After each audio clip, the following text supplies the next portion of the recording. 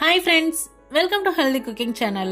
இந்த வீடியோல நம்ம இன்னைக்கு சுவையான கொத்தவரங்காய் பொரியல் எப்படி ரொம்ப ஈஸியா சீக்கிரமா செய்யலாம்னு பார்க்கலாம்.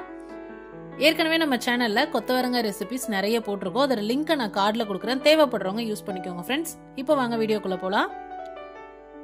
சுத்தம் பண்ணி எடுத்துக்கக்கூடிய கொத்தவரங்காயை ரெண்டு பகுதி அடிப்பகுதி ரெண்டையும் கட் பண்ணிட்டு நமக்கு எந்த சைஸ்ல வேணுமோ அந்த சைஸ்ல கட் பண்ணி குக்கர்ல சேர்த்துக்கலாம். நம்ம குக்கர்ல தான் வேக வைக்க போறோம். ஓப்பன் பாட்லயும் வேக வைக்கலாம். குக்கர்ல வேக வைக்கும் போது சீக்கிரமா குக் ஆயிடும், சாஃப்டாவும் இருக்கும். எவ்வளவு கொத்தவரங்காய் சேர்க்கிறோமோ அந்த அளவுக்கு 1/4 பங்கு அளவுக்கு தண்ணி சேர்த்துக்கோங்க. 1/2 டீஸ்பூன் அளவுக்கு கல்லுப்பு. குக்கர் மூடி போட்டு 2 விசில் விட்டு எடுத்துக்கோங்க. இப்ப பாருங்க 2 விசில் வந்ததுக்கு அப்புறமா நான் குக்கர் ஓபன் பண்ணி காமிச்சிருக்கேன் உங்களுக்கு. காய் எவ்வளவு நல்லா கலர் சேஞ்ச் ஆகி சாஃப்டா குக் ஆகி வந்திருக்குன்னு. இப்போ நம்ம இதுல இருக்கக்கூடிய தண்ணியை வடிகட்டி எடுத்து வச்சுக்குவோம். அடுத்து தாளிப்பு. கடாயில 1 டேபிள் ஸ்பூன் அளவுக்கு எண்ணெய் விட்டுக்கோங்க. எண்ணெய் சூடானதுக்கு அப்புறமா 1/4 டீஸ்பூன் கடுகு. கடுகு வெடித்ததுக்கு அப்புறமா 1 டேபிள் ஸ்பூன் கடலைப்பருப்பு, 1 டேபிள் ஸ்பூன் உளுத்தம்பருப்பு. இது ரெண்டும் பாதி அளவுக்கு செவக்க வறுத்துக்கோங்க. ஏன்னா மற்ற இன்கிரீடியன்ஸ் நம்ம சேர்க்கும் போது அது நல்லா செவந்து வந்துடும்.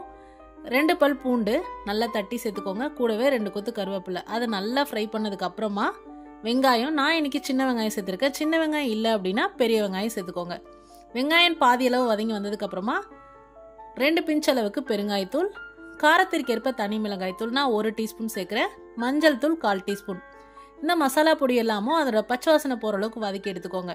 அடுத்ததா நம்ம வேக வச்சு எடுத்துருக்கக்கூடிய கொத்தவரங்காய் அதில் சேர்த்துட்டு 5லேருந்து 7 நிமிஷம் ஸ்டவ் வந்து மிதமான தீயில வச்சு நல்லா கலந்து விடணும். அப்பதான் அந்த தாளிப்பு எல்லாமும் அதில் இறங்கும். அதுவும் இல்லாமல் காய் வெந்து வரும்போது நமக்கு தண்ணி விடும். தண்ணியில தானே வேக வச்சோம், அந்த தண்ணி விடும். அந்த தண்ணி எல்லாமும் நல்லா ட்ரை ஆனதுக்கு அப்புறமா நம்ம தேங்காய் சேர்த்துக்கலாம்.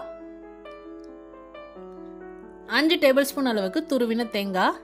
கூடவே 1/4 டீஸ்பூன் அளவுக்கு உப்பு. நம்ம ஏற்கனவே காய் வேக வைக்கிறதுக்கு உப்பு சேர்த்துருக்கோம், தாளிப்புக்கு உப்பு சேர்க்கல. அதனால உப்பு பார்த்துட்டு எவ்வளோ பத்தலையோ அந்த அளவுக்கு இந்த ஸ்டேஜில் சேர்த்துக்கோங்க. இது எல்லாத்தையும் சேர்த்து நல்லா கலந்து விட்டுறலாம்.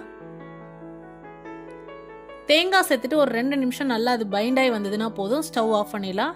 அவ்வளோதான் ஃப்ரெண்ட்ஸ், சுவையான கொத்தவரங்காய் பொரியல் ரொம்ப ரொம்ப ஈஸியாக டேஸ்டியாக எப்படி செய்யலாம்னு இந்த வீடியோவில் பார்த்தோம்.